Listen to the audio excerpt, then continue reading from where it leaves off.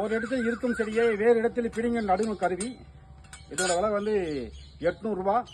இப்போ கொஞ்சம் பெருசாக செஞ்சுருக்கிறோம். டயா வந்து பெருசு. பிடுங்கி நட்டு காட்டுறோம் பாருங்கள். கொஞ்சம் பெரிய கருவி இது. முதல் காமிச்சது வந்து 600 ரூபா சொல்லியிருந்தோம். இது வந்து 800 ரூபா. எல்லாமே பெருசாக பண்ணியிருக்கோம். இப்போ முதல்ல வந்து காலியாக ஒரு இடத்துல வந்து மண்ணை தோண்டிக்கணும். இந்த இப்படி அமுக்கணும்.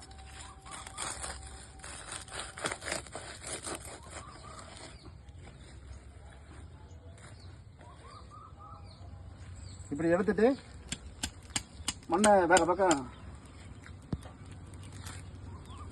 பக்கம் இப்படி போட்டுடணும்.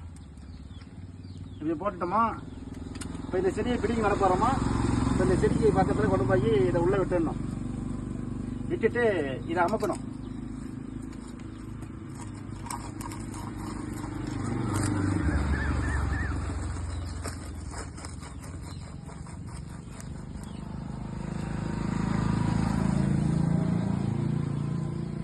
இதை கொண்டாந்து இதில் வச்சு அப்படியே அமைக்கிடணும்.